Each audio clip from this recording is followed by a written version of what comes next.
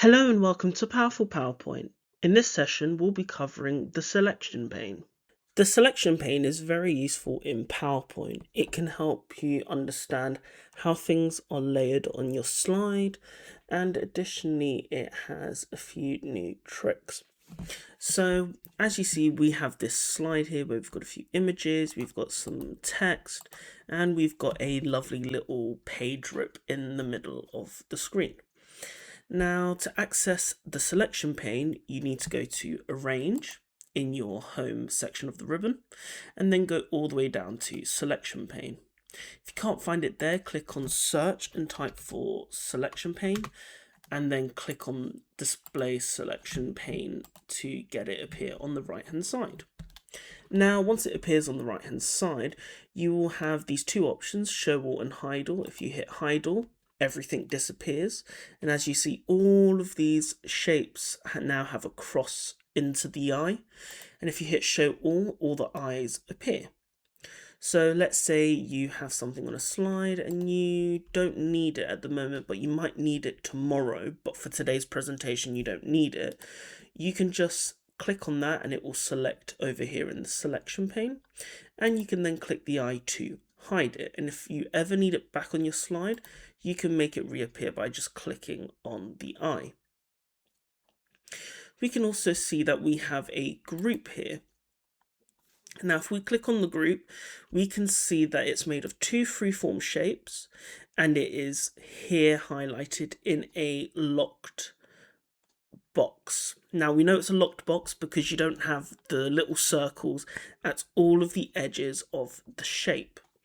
So to unlock it, you can either hit this weird sort of like context menu key on your keyboard or laptop, but if you don't have that, you can just, if you go back to it, you can just right click on the edge of it, and you can see there is this unlock.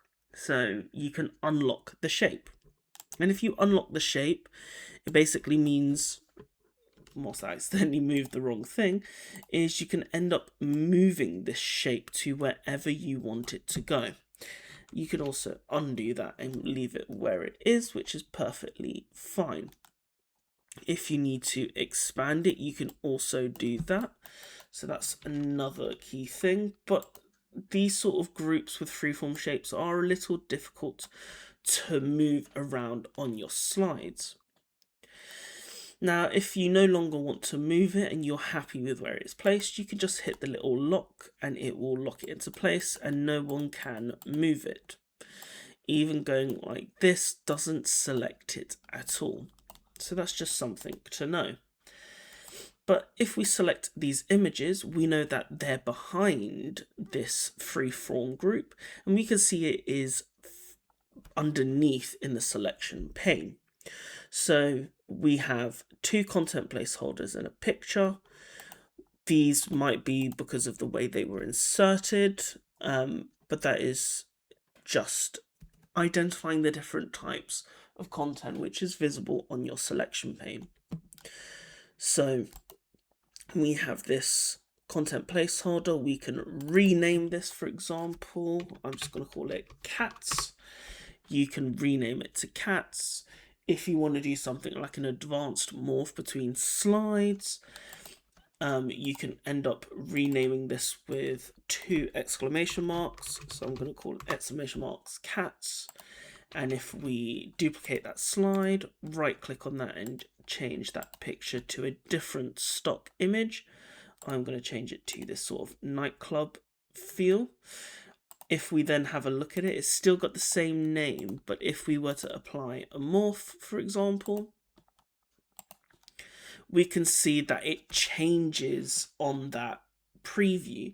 So if we click the preview again, we see it morphs the previous image into the new image. That's one of the things that the selection pane is really, really good for. But let's say you want this cat's image at the front of this little banner. You can just select it and then just drag it ahead of the group, and then it brings it forward. But if you want it a bit further back, you can just drop it back down. Now, to think of your back center back and bring to front, you have to think of this is the direction. So if you want to bring something to the front, you have to bring it to the top of the list. But when you want to send something to the back, you're sending it to the back of the queue, end of the line, end of the list. So it's going to be at the bottom here. And here we've got this rectangle which is locked. Now if I bring that halfway up, let me just bring it up about here, we can see that it is a black rectangle and it now is covering content which we had on screen. And if we hit it, it makes everything visible again, but then we see that we have white text now on a white background.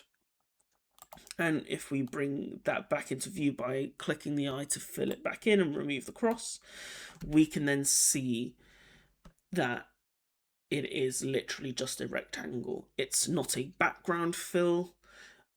So that's just really good to know. You have these arrows to move items up and down.